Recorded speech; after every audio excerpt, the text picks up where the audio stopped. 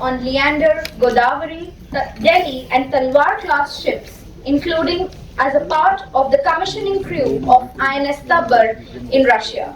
He is an alumnus of DIAT Pune, the Jamnalal Bajaj Institute and the Naval War College Goa. From 2019 to 2023, he served as India's defense, military and naval attaché to Ukraine, witnessing the Russian military action firsthand. He currently heads the Directorate of Indigenization at Naval Headquarters, where he spearheads the Navy's indigenization program. May I now request Commodore Sandeep Deshmukh to address the audience.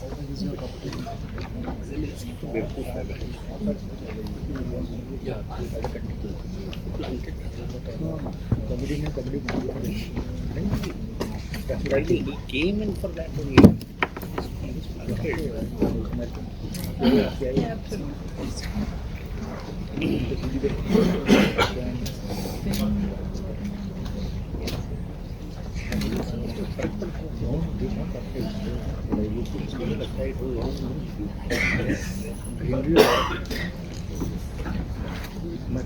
Thank you very much, ma'am. So at the outset, I thank the headquarters IDS and St. Joe's for giving me this opportunity to come and share my views on this topic. I will be speaking on various MOD schemes on indigenization, particularly the MAKE, TDF, IDEX and the revenue scheme. Some of the people whose hands I have held and taken baby steps in the Navy as well as in the indigenization field are sitting in the audience, and that makes me even proud to be speaking in front of them. Some of the slides in this presentation are also meant for a larger discussion, but we can discount those slides as we go forward. So the scope of my presentation is as flashed on the screen. I know that the session immediately after lunch is the most challenging one for the audience as well as the speaker. I'll try to make it as brief, precise and as interesting as possible. So this presentation or the talk will be covered under this following heads. Now the need for innovation and indigenization, enough and more has been said, so we need not really really dwell upon it. It is kind of quoting the obvious. But while the real impetus to the innovation and indigenization activities started from 2014-2015 onwards after the PM gave the clarion call of Make in India. But Navy has been on this path for decades. So Navy has a very, very effective and ingenious institution called Warship Design Bureau, where we have been designing our indigenous warships. In fact, the 100th warship was recently, indigenously designed warship was delivered to the Navy. And I'm very proud to say this, that as of now, 46 platforms are under construction, and each and every one of them is under construction in Indian shipyard. So there is no order of Indian Navy for construction of new ships which is there in any foreign shipyard.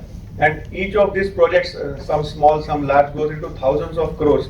And each and every one of you sitting over here will have some or the other takeaways from each indigenous shipbuilding program that goes on into the Indian shipyards.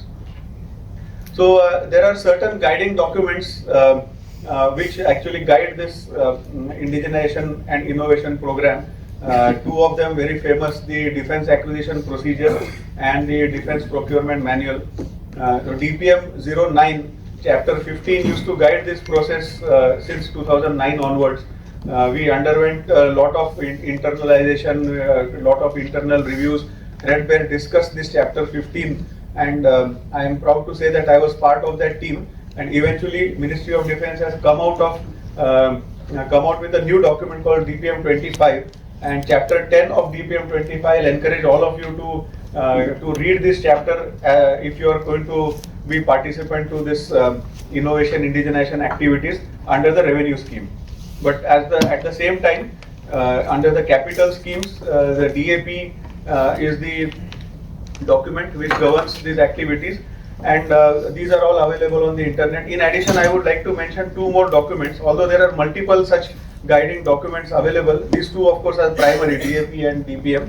But apart from that, Navy has published one document called Swavalamban, the fourth version. Swavalamban 4.0 is is in vogue right now, and it's there on the internet, on the naval website as well as the DDP website. This gives Navy's requirements for indigenization for next 15 years. And every year some of them gets indigenized, we remove them, and some new requirement comes up. So this keeps getting updated, and the new version of Swavalamban, that is Swavalamban 5.0, is likely to be published in October 2026. So you can keep a lookout for that. But Swavalamban 4.0 is one which is available on the internet right now, and you can kind of refer to that. Anything which excites you, anything which is in your domain, as to you think that you have the capability of developing these items, please do reach out to us. At the end of the presentation, I will also share the contact details of DOI as well as various professional directorates at the naval headquarters. But even if you don't want to really remember everybody's name or addresses or even the functionality, you can just remember Directorate of Indigenization. Send a mail to us. 100% we will respond to your mail and take corrective actions to at least get you in touch with the concerned professional directorate. From thereafter, you can take it forward. Similarly, a naval aviation indigenization roadmap is also published and available on the internet. So I encourage all of you to go through it and pick up projects. Now, subsequently we will also see something called Srijan portal.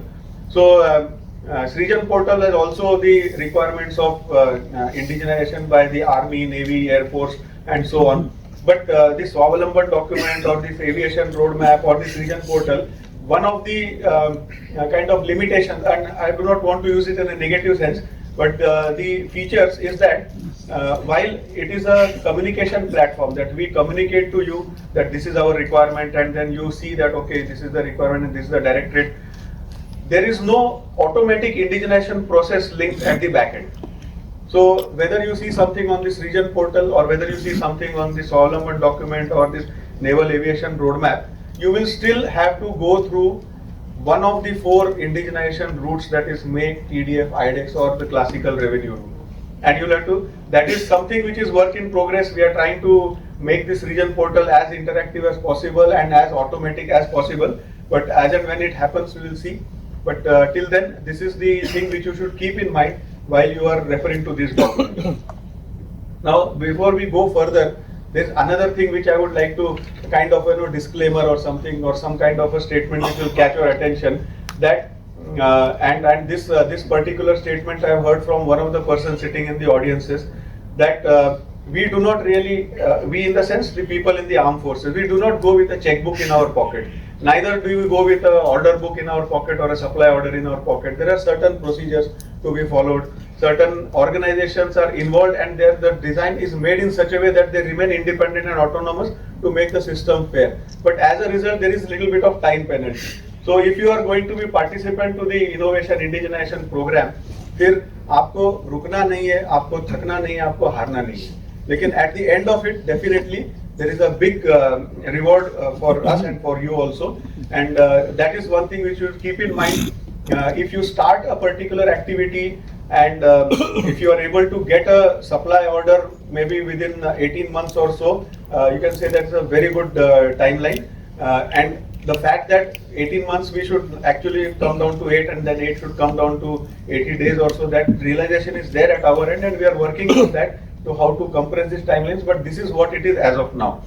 Now at NHQ, anyway, this is the naval organization. We will not dwell too much into it because our topic is to look after the indigenization schemes. But this is how the Directorate of Indigenization Indian Navy has fared since 2017. And you can see that the graph is actually going up exponentially. IDEX has been quite a significant contributor. MAKE has also been a big contributor, but TDF again and revenue scheme also. Each of these schemes have their own advantages, disadvantages. If you have an idea and you want to quickly fructify that idea into a product, IDEX is the thing what you should go to. If you want 100% funding for your government funding for anything, revenue scheme is what you should go to. Although now IDEX gives you 50% funding, we'll see subsequently. But this is just a kind of for information. What I want to highlight over here, that we started with some 18 projects, roughly around 100 crores. of developmental orders. Today we stand at around 174 projects with more than 8,500 crores of developmental orders already in progress, and kind of a similar kind of order which is in the pipeline or on the anvil. So this is the kind of revenue generation, this is the kind of business generation from your point of view, and this is the kind of tasking or indigenization projects from our point of view. And subsequently, once all these orders kind of fructify and we go to the bulk procurement, the values are insane actually. More than 15,000, 18,000 crores of bulk procurement will happen thereafter. Okay, so now we come to our main part, the overview of the schemes. So I have mentioned this kind of multiple times in this talk itself. So make, IDEX, revenue and TDF. These are the 4 schemes by the government of India. TDF, the revenue scheme was existing even when there was Navy instructions 1S of 06, 2S of 0, that is in 2006 onwards. Then DPM 09 had chapters. So even before this Make in India movement started, the revenue scheme was already always existing for undertaking innovation, indigenization, R&D and so on, which has now been augmented by the Make, IDEX and TDF scheme. So from the funding point of view, capital and revenue, 2 major heads. So Make, TDF and IDEX, the developmental order gets funded through the capital route, and subsequently once the prototype is accepted and then we go for bulk procurement, that fund outgo also goes from the revenue, from the capital side. The Make scheme is funded by Government of India, MOD. TDF is funded by DRDO, and these are developmental contracts I am saying. Ultimately, when the bulk procurement happens, the individual service capital budget will be utilized for that. So the developmental contracts, IDEX and Make are funded by the MOD, while the TDF is funded by DRDO. And the revenue is of course from the individual revenue budgets, the developmental order as well as the bulk procurement. So this is as far as the funding is concerned. Then what are the kind of funds or percentage of funds that you will get through these schemes? So in revenue, the CFA powers, whatever are there, and as per that, actually, without saying so, revenue actually funds 100% of your developmental order. Because once you become the L1, then the entire developmental cost which you would have factored into your qubits, that eventually will be borne by the government of India. So 100% funding if you want revenue is the scheme which you would go to. But of course there is a competitive bidding in that and all. Nowadays government generally discourages single tender and even limited tender to a large extent. Make, now in Make 1 up to 250 crores, but this is a flexible cap. That means it is not a rigid cap 250 crores, 70% or 250 crores is what government will fund, whichever is lesser. But in case we have some nice exciting projects, like we are doing one project which is, the initial estimate says that is going to be around 1,200 crores, and 70% of that 1,200 crores will still be funded by the government. Only thing is at our end we will have to take necessary approvals at that higher level. That is the difference. So that is for us to look out at the back end. In a general sense of terms, we can say that the flexible cap of Make funding is up to 250 crores of the developmental cost. Make 2 and Make 3 is entirely funded by the industry. But before we get into this contract or before you start the developmental activity, we upfront give you a commitment that once you develop the order, and it is generally more than one industry partners who are participant in this Make 2 or Make 3 schemes. So a competitive bidding will happen amongst you, but 100% the order will go to you. And what is the bulk, what is the quantum of that order, 50 or 100 or 200 pieces or 1000 pieces, whatever is there, that will tell you upfront. So you can do your costing accordingly. If you do not become the L1, even in that case, we definitely give you, that is after your product gets certified for, we give you a fit for military use certificate. Because this is one thing, even when I was the naval attaché in Ukraine and tried to kind of advertise the Indian products in those markets, the first question they used to ask is your armed forces first of all using this product or not? And if you are not using it, how come you are selling it to us? So that is a question which all of you will also face. So we give you a fit for military use certificate. And the subsequent bidding again when happens, the second procurement, third procurement cycle, you can very much be a participant to that also. So that is the Make 2 and Make 3. Another important difference between Make 2 and Make 3, in Make 3, you can actually go to foreign vendors for doing a transfer of technology or a joint venture and get that technology to India and then actually go on to develop the product. TDF and IDEX actually principally they are same. Funding is from different source. But technology development fund is basically ultimately with the aim to develop a technology. Although practically it will still fructify into some product or something, but the aim is to actually develop a technology which can then be used for multiple products. And IDEX is keeping a particular niche product in mind. That is the difference. In TDF, around 90% of funding for a project which is less than 10 crores and up to 70% of funding for projects between 10 to 50 crores is borne by the government, that is DRDO. And in IDEX, there are three different kind of sub schemes where DISC, OC and Aditi. So in DISC and OC, up to 1.5 crores funding is given by the government with a matching contribution from your side. If the project itself is of 2 crores, then you will have 1 crore from our side, 1 from your side. Up to 3 crores, 1.5 crores we will fund. But there are cases where projects are 4.5 crores and all also are undertaken. But you will get finally 1.5 crores from our side. If the project goes much beyond 5 crores or so, you will face trouble or problem in the costing of your product that you are going to sell it to us. And so generally, I have not seen products beyond 5 crores undertaken, at least in the naval IDEX scheme. Same way, Aditi is exactly like DISC, but the ceiling is up to 50 crores with 25 crores of funding, matching contribution from your side, from the government of India. Now, very important, IP rights. This is one question which most of the industry partners have got. And what about the IP rights? So, DPM 09, we start from revenue. So, DPM 09, 100% IP rights were with the government of India because we are funding the project for you. So at the end of it, you are required to submit your drawings, you are required to submit your design document, everything, the ownership will be with the government of India. This was the provision of DPM 09.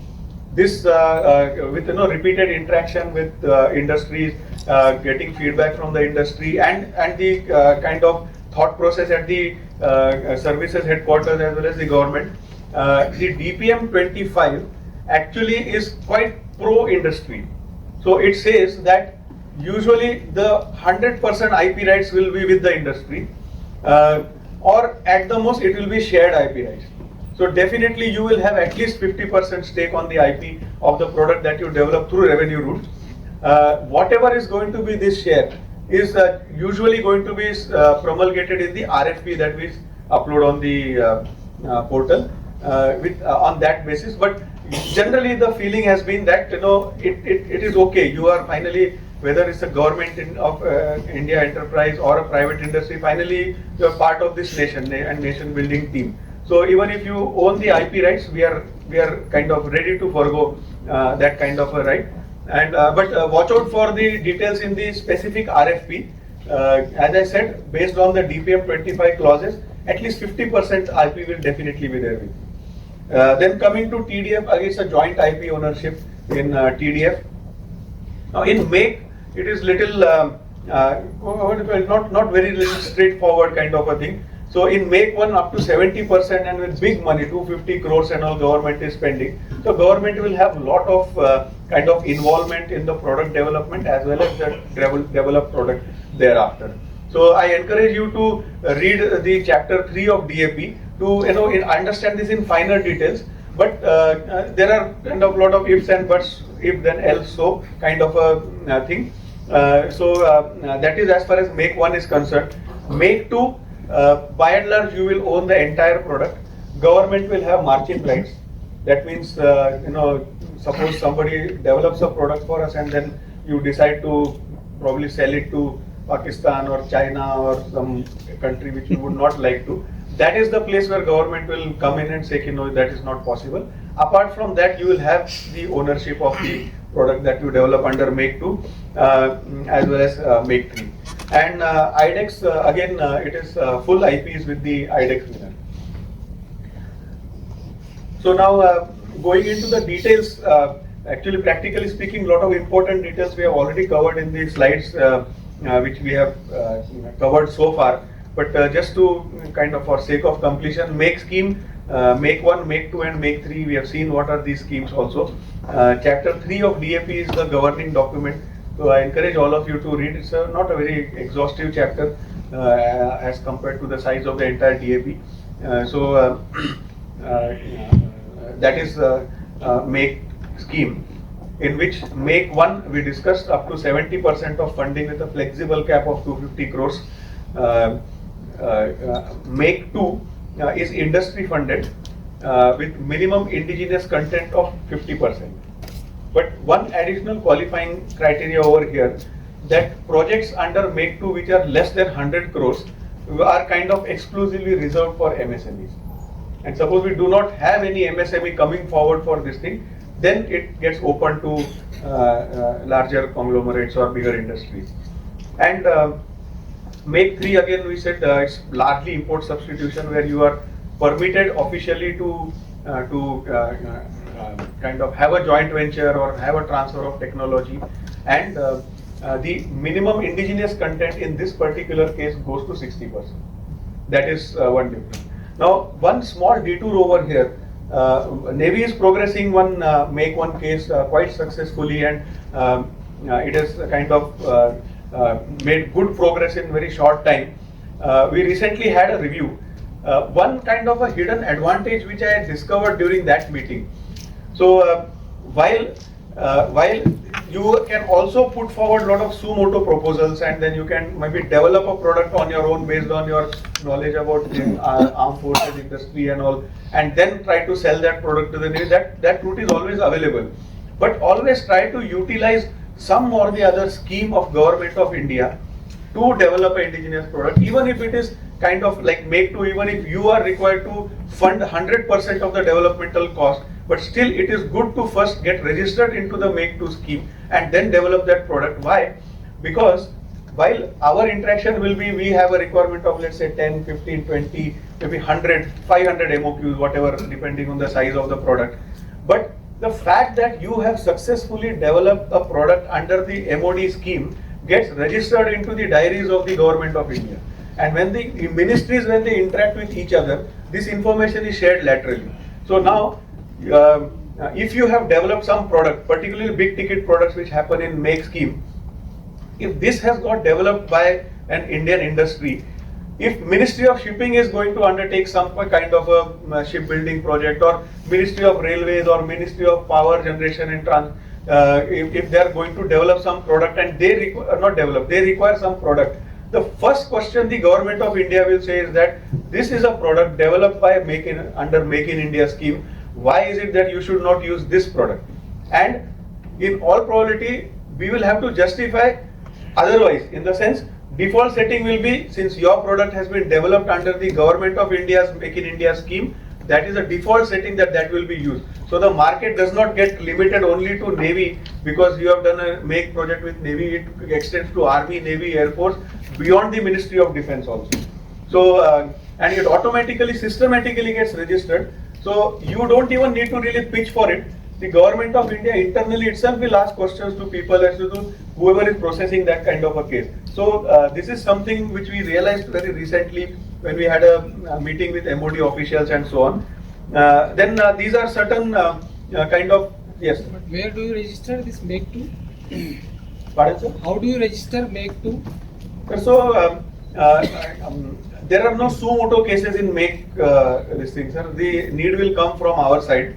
The professional directorates or the user will feel the need of particular project. So if I am not taking funding and Yes. I want to make a product for services, Sir, so that can I make under make 2? sir, you can, but you can't initiate a product or development under make 2. You can anyway funding either make 2 or your own suo motu. Funding is going to be your own. But if it is under make 2, then first of all you have assurance from our side that once the successful development, we will buy from you. But if you sumo to start developing some product in anticipation that once it is successfully developed, I will be able to sell it to the armed forces, there is no commitment from our side in that particular case. And second thing is, so make to what happens is a need is felt by the professional directorates or the field units, and then they at internally, like in Navy's case, DOI primarily guides that it should be taken up under make 2 or it should be taken up under make 1, or it's a fit case for TDF or a revenue route or whichever this thing. And then we approach the ministry for taking up so internally we discuss and decide that so and so product we need to undertake under make 2. We take internal approvals and then we approach the ministry. Ultimately, Secretary DP chairs a collegiate meeting in which he gives a AIP for developing a particular product under make 2. Once that AIP is available, then the whole chain of event gets triggered. Then there is a feasibility study, then there is an expression of interest, which is finally, after the process culminates into a RFP or a project sanction order. Let's say as an industry we find a gap that there is a requirement of this particular product. Sir. For let's say Air Force. Yes, sir. And then we know that we can make it under make 2. Sir. How do we initiate, engage with? So best thing is, sir, you approach DOI, or even Army has got their own Army Design Bureau, or Air Force has got their own DOI or DAD. You can. So as far as Navy is concerned, just approach DOI. We will guide you. We will get you interact with the concerned professional directorate, and in multiple cases. It need not be only single professional directorates. Like we have got submarine design group, we have warship design group, we have professional directorate of mechanical engineering, and so on. So we any one of them, if shows interest, that project can take off. Sir. So in fact, for ease of understanding, you can just say DOI is your one-man contact point as far as indigenization innovation is concerned. We may not have answers to all your queries, but we'll definitely get you in touch with the person who has all the answers. Sir. So these are certain kind of timelines, but we all understand at our end also, even the integrated finance and they understand that it's a developmental order. There are usually large number of uncertainties. There are a fair domain of unknowns in this whole thing, and so following these timelines always is not kind of possible, but definitely efforts are to kind of to use this as a guideline to kind of keep ourselves on track. Now, certain products which we have developed under make scheme, and I have deliberately kept products which are around 4 or 5 years old or little older beyond that, primarily to maintain the infosec kind of issue. While these products you can see, aim is not to show you the product, but aim is to show you the spectrum that right from a smaller kind of a component to a large kind of equipment we have developed under make scheme successfully, as well as certain things which respect to armament. Those who are in this kind of field will realize that the cost of the product is probably not as much, but the cost of testing itself is kind of exponentially larger than the cost of the product or even the bulk order. With all those kind of challenges with armaments, with respect to general service or electrical or electronic goods, now we come to another very, very popular scheme called IDEX, and very, very exciting also. Within a very short span of time, IDEX has gained lot of popularity, lot of recognition, and it has been quite successful also. In fact, Navy is quite proud to say this, or that Honorable PM himself launched one of the IDEX challenge called Disc 7 with 75 challenges. Navy had proudly promised the PM that 75 years of independence we will launch 75 challenges, and within 1 year we will try to kind of achieve the impossible within that 1 year itself. IDEX has got lot of attention, and it has caught lot of attention also. So what is it? In 2018 it got launched. Although 18-19, kind of people were still trying to understand, trying to decipher and all that thing. So 18-19 it was not really that popular. Then 2021, because of COVID, everything kind of came to standstill. So we can say that fairly from 21 or 22 onwards, this scheme really caught up. And so 22 to 26, within 5-6 years, it has really done kind of great achievement in products for Army, Navy, Air Force, for Defence Space Agency, and so on. So Defence Innovation Organization, it is under the Ministry of Defence, is a Section 8 company which is funding this particular scheme. So some amount of funding comes through the DPSU, some amount of funding comes from the Ministry of Defence, this thing. And as I mentioned earlier, 1.5 crores is our share for a disc or an open challenge. What is disc, what is open challenge will just come in subsequent slides. And for Aditi, initially there used to be something called IDEX Prime. So they said that those which are little higher, costlier projects, we will increase the limit from 3 crores to 10 crores. But then as things went by, they found that Prime is working quite well, but falling short of funding. So this Prime was then eventually replaced by Aditi. Aditi is an acronym, and the funding from the government side is up to 25 crores. So it is engaged with, and this 400 plus and 4,500 plus, I can keep saying, but 1 week later I talk to you and this value would have gone up. So that is the rate. There is already one disc challenge which is in vogue, which is going on. We have launched up the challenge and we are waiting for proposals. In some cases we already received the proposals also. So very, very dynamic scheme, and there are large number of prototypes which have got developed. Large amount of bulk procurements have also got delivered at the end of this thing. This is the kind of journey, and as I mentioned, what is important is down below over here. That 2026 disc 14 was launched by Honorable Raksha Mantri, and Aditi 4 also was launched in 2026. Now this is the kind of overview of IDEX scheme. So on one side you have got services, DPSUs, others who are the users, and on the other end of the spectrum are the MSMEs. Okay, another important thing is this IDEX scheme is purely reserved for MSMEs. So larger units like Bharat Forge and L&T or Reliance or Adani Defence, they cannot participate in this. It's purely for MSME. So all those MSMEs over here can take heart that large amount of competition is already out as far as IDEX scheme is concerned. So the other end of the spectrum is all MSME startups or the industry partners. Ministry of Defence, Defence Innovation Organization is there as one of the coordinating agency.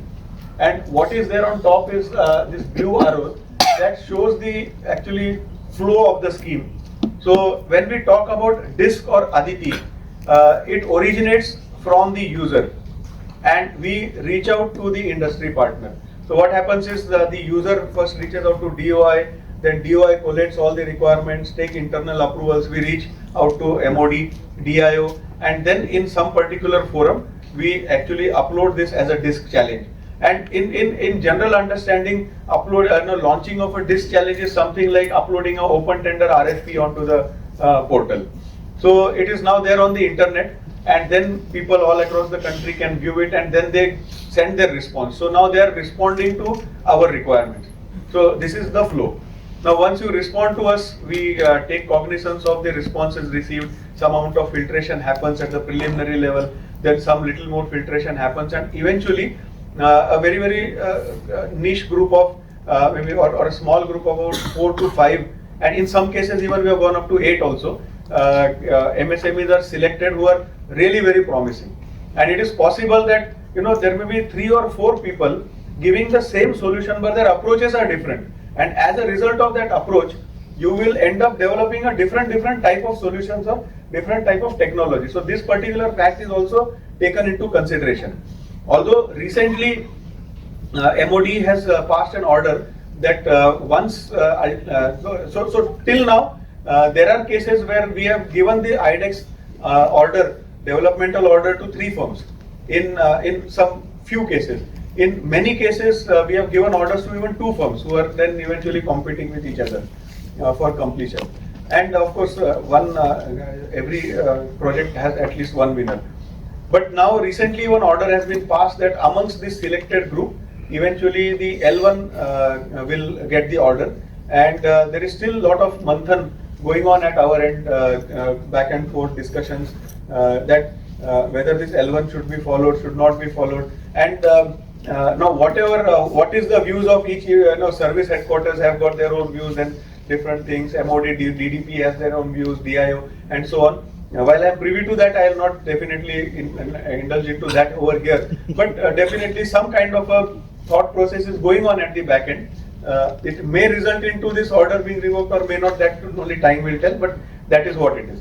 So we finally shortlist 3 or 4 potential winners, and then there is a very high level screening committee or high level selection committee, which is headed by a joint secretary level or a 2-star basically vice rear admiral or a major general level officer, with a lot of specialists from different fields, right from academia, from industry, some who are kind of front runners in that particular field, plus professional directors. They all sit together and analyze your solution, what is presented, and at the end of it, there is a very fair and a very transparent within the armed forces, but a very fair and transparent system of marking and this thing. Eventually, the best person eventually emerges as the one who scores highest marks, and that person is then invited to sign a contract, and he is declared the winner.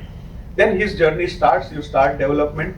There are 5 milestones, and those milestones are also by and large quite crystalline and defined, although not absolutely rigidly, but in a very broad sense of understanding, they are quite clear. And the kind of payment that you will get once you cross a particular milestone. So it is not that this 1.5 crores which we are giving you will be upfront given to you as lump sum, and neither it is that you finish the product and then we will refund your 1.5 crores. No, it is a journey which we will be doing together. We will walk along with you, and in fact, in many cases, we will also be participant to your developmental process, so that we do not really go off track, to guide you. So what is our requirement and so on. So every milestone you cross, certain percentage, predefined percentage of payment you will get once the verification happens that you have cleared that particular milestone, and this eventually fructifies into your prototype being accepted by the Navy or by the armed forces, by the user. Once the prototype has got accepted, then the bulk procurement of that thing, the amount of bulk procurement what we will do is also told to you beforehand itself. Initially that was not the case. So we used to develop the item, and then somebody used to kind of lose interest, or technology has moved on, or that item is not required, and then people used to say, okay, token 5 kharid lo aur khatam kar do, and all that thing. Also to preclude all those kind of things, and to kind of put you into more comfort zone, to help you in doing your costing better, this minimum order quantity, and this is a minimum order quantity, so that's not the end of it. And in fact, the DPM 25 will, in a very brief, we will cover DPM 25, all the good points that have come out for the industry in that also. So that enables the armed forces to go back to the same person who has developed the item through this entire developmental process, and buy the same item from you for next 5 years at least. So that is the journey of DISC or Aditi. The open challenge is the entire reverse process of this thing. So what happens is, you have an idea, you feel based on your exposure, your awareness, or maybe some person who was part of the armed forces is now part of your team, and he understands that this is the need of the armed forces or so. You have an idea and you want to develop that into a product and eventually supply it to the Navy. You can come up with a suo motu proposal under this open challenge. So that's why that idea starts from the MSMEs or industry partners, and it travels to the services. Eventually that idea comes to us. We eventually consult with the professional directorates, and if the professional directorate, if it fits into their doctrine, if it fits into their bigger picture, so the idea which gets rejected, it's not that the idea is bad, it's just that it doesn't fit into our scheme of things. That is what we can say. So if it fits into our scheme of things, then we will reach out to you. Again, you will give a presentation of your entire solution, including your funding, costing and all, in front of this high power selection committee. If they are kind of convinced, then you will get into a contract, and thereafter it is same like the DISC or Aditi. So that is as far as IDEX is concerned. Again, while it's a very nascent scheme, but a lot of good equipment have already got developed under IDEX. And instead of trying to highlight individual equipment, what I'm trying to show is that the spectrum is quite large. And these are only naval products. You can, if you see the Air Force and the Army products, it will be even more exciting to see the entire plethora of equipment which has got developed through this particular scheme. Now coming to the revenue scheme. Revenue scheme, as I mentioned, was existing even before the Make in India movement started. The Defence Procurement Manual 09 had a chapter on this. Even before that, individual services had their own Navy instructions and all. So this has been going on. Within this scheme, largely, since if you remember, the funding is from the revenue budget. So what happens is any innovative idea which you have, which you want to develop into a product which is not already there in the service, that kind of a project we cannot take through revenue scheme. It is, but you can use innovative solutions or R&D and innovation to develop a product which is going to be an import substitution. So it is going to substitute an equipment which is already in the service. So revenue scheme. But I said the biggest advantage is 100%. After you be declared as L1, 100% funding is from the government, unlike any of the other schemes. Once I show you Talwar class stabilizers, there is something called Onega system. Who are familiar with Talwar class ships? We have huge systems and quite complicated, quite interesting systems, and they have successfully been developed and delivered and fitted on board through revenue scheme. So quite interesting, quite powerful scheme. This is the flow chart. Maybe with the paucity of time, will not go into the flow chart, but the flow chart is primarily same as any revenue procurement activity. Here you can see some interesting things which have been developed. These are not the photographs of the final product. These are sometimes taken during factory trials or something and all. The final product looks much more glamorous, much more impressive and so on. But deliberately we have written these photographs so that even if this presentation is seen by people whom we don't want them to see, we do not really land up into any problem. And technology development fund we have already discussed. Intention is to develop a technology. The flow chart of technology development fund is by and large principally same as IDEX DISC. So it is just that the launches take place through DRDO. The funding comes from DRDO. Its intent is to develop a technology, but ultimately the certification happens to a particular product which originates out of this technology. I already mentioned up to 10 crore rupees, 90% funding is through government, and 10 to 50 crores, 70%, and IP is shared, what we saw. Again, some supporting slides, but due to the paucity of time, this presentation I have shared it with HQIDS people and with Senjos. So people who are interested can reach out to them and then take it. We'll rush through these things. Again, some of the important. See, water jet propulsion system for FACs. Entire propulsion system has got developed through technology development fund. So again, all four schemes. Now that I understand them to a fair degree, I find very exciting, very powerful schemes. It is just that if we do not make use of these schemes, it is we are the losers in whichever position we are. So. Yeah, so DPM also, few things I like to highlight. There are a lot of exciting things. Pro-industry Actually, partners. We have exclusive sessions on TDF and Citizen Portal. Citizen Portal today itself and TDF tomorrow. Yes. The DRDO guys are covering in detail. Yes. So I have got 3 minutes left for my talk, sir. I'll just quickly then wind up. We will There are 1 to 2 questions already, planned for you. Yes, sir. They were looking for you somehow. Yes, sir. So. We will skip all this green channel registration, vendor registration. These are all nice things we can see through the presentation. And towards the end of it, we have this positive indigenization list published, uploaded. If you find any product which is interesting to you, reach out to us. And some of them have already got developed. And again, being in white uniform, I feel proud to say that in this whole thing, the largest share is of the Navy. But that reminds me of the dialogue of Sunny Deol in border movie, "Hum hi hum hai to kya hum hai." so I'll not venture into that direction. But areas of interest, Swavalamban, I just said some token things I have just shown just to for you to get a flavor of what is there in the Swavalamban document, right from gas turbine engines to smaller things like steering console and all that thing. The whole plethora, whatever is our requirement, we have uploaded on the open domain. Naval aviation also similar, and then these are the information portals, the information of various directorates. But if you remember the Directorate of Indigenization, reach out to us and we can get you in touch with the concerned people. So, yeah. Hi sir, I'm Geetika from RK Aerospace. So I have a question regarding IDEX program. So we currently have 3 IDEX contracts that our company is working on. One of them is actually with the Indian Navy.